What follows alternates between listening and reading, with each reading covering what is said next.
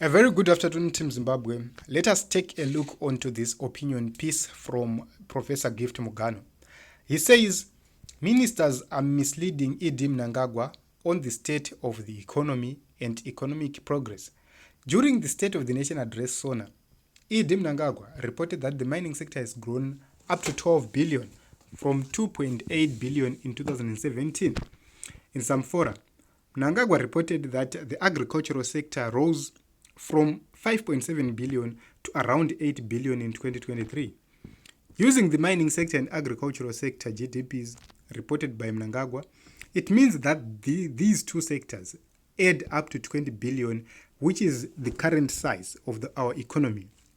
For avoidance of doubt, Zim GDP as at 11 August 2023 stood at 120.3 trillion, that is 20 billion at official exchange rate.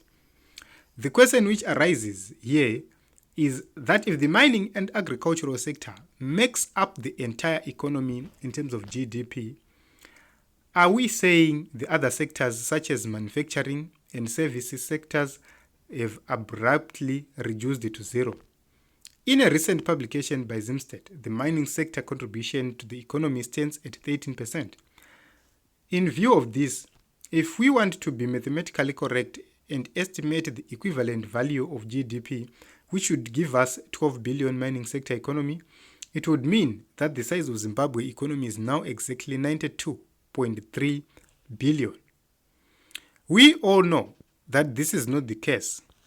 If we use the current Zimstat statistics to estimate the correct size of the mining sector by multiplying 20 billion by 13%, the true value of the sector is 2.6 billion. When ED Mnangagwa was making a presentation at the UN Assembly, he said that his government has built a vibrant healthcare system. Yet the reality is that our healthcare system is severely strained and has serious shortages of critical requirements such as drugs, consumables, critical equipment, and personnel. My good brother, Dedu Hope, has extensively elaborated the challenges facing the health sector over and over with no redress from the responsible authorities. Verifiable and credible information is key for economic planning and economic development. In view of the fact that the services sector constitutes 60% of the economy, while the remaining 40% is shared between mining, manufacturing, and agricultural sectors, I'm challenging the government of Zimbabwe to religiously share credible statistics and reports on the performance of the economy. So what Professor Mugano is saying here is simple. He is actually saying that the economy is being run through propaganda. The government of Zimbabwe is running things through propaganda. What are the effects of this? What happens is that when an investor wants to come to Zimbabwe, that investor will have to make an investigation and say, is this true? Is what President Mnangagwa is saying is true? Then, when they come to Zimbabwe, they take a look on the people who are submitting, for example, gold to Fidelity. They'll see that how many are those people? They will get to the issue of lithium, the sector of lithium, the sector of platinum, the sector of diamonds, and all those minerals, and they'll see what is really happening there and have a clear position on what is happening. If that is not true, as compared to what President Mnangagwa has said, that creates distortion and that makes investors not come to Zimbabwe because the economy will be run not in honesty but through lies. And if an economy is run through lies, the investors are likely going to lose their monies. The investors are likely not going to recover their monies. They're not going to repatriate their money after they've invested it into Zimbabwe. So that will have a negative impact. If you take a look on the issue of lending, it will make lenders find it very difficult to help Zimbabwe because Zimbabwe will be misrepresenting itself. It's like you are giving yourself a false value and the lenders find out that you will not be able to pay back. All those issues are very important.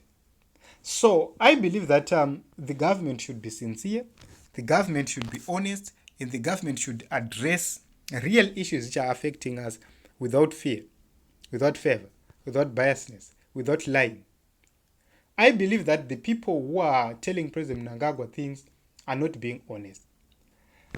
The vibrant healthcare system should be reflected at Parenyatwa, at UBH, at Mpilo, at Harare Hospital, at Mtari Provincial, at Marondra Provincial, at Masvingo General. All those hospitals should reflect the healthcare system. Are these systems able to deliver and do what is supposed to be done? In most cases, people are struggling to find healthcare services. There are no drugs, doctors are stressed, nurses are stressed. All those things, they complement on the issue of the health sector. So without having an honest government which tells the truth, it becomes difficult for the government of Zimbabwe to actually address the concerns of the people, the concerns of other sectors. So it means the government will continue to lie and to run the economy through lies. And we will never recover, because everything we'll be doing will be saying about something which is in the negative direction. The education sector also, you'll be told kuti tiri kuburitsa vana vakadai vakadai vari kubudirira, but in actual fact background tinenge tisina vana ivavo. So I believe that the government of Zimbabwe is going to be sincere, is going to be serious, and is going to be considerate of the actual things which are on the ground and stop lying. On the other hand, you are told we are affected by sanctions, but on the other hand, you are told that the mining sector has grown from 2.8 billion to 20 billion. To 12 billion. That would mean that the issues of sanctions which are being said will be false.